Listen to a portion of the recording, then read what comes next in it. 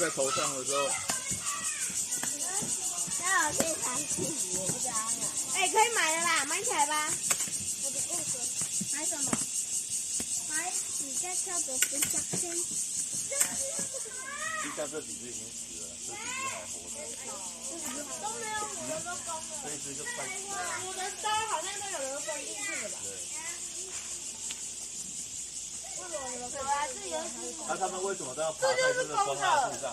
母的没有那个脚。这有两只对，母的在这里，母的在这里。对，还有那是公的哎，那是公的。它脚断了，它脚被折断了。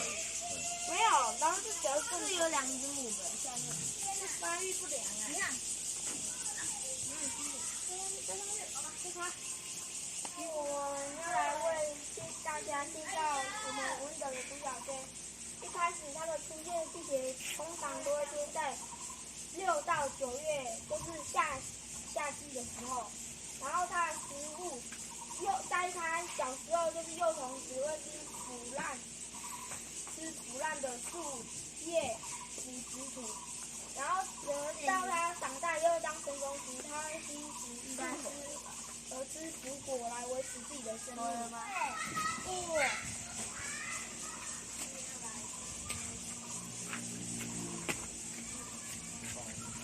要交配吗？那只断脚大哥嘞，好几只挂掉的。